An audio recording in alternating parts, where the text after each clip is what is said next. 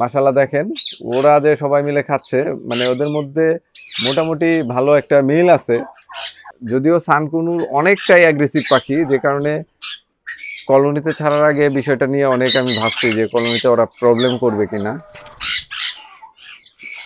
কিন্তু আমি যতটুকু স্টাডি করছি, স্টাডি করে দেখলাম যে ওরা দলবদ্ধভাবে থাকতে পছন্দ করে, যে কারণে কলোনিতে আমি ছাড়ার সাহসটা পেয়েছি।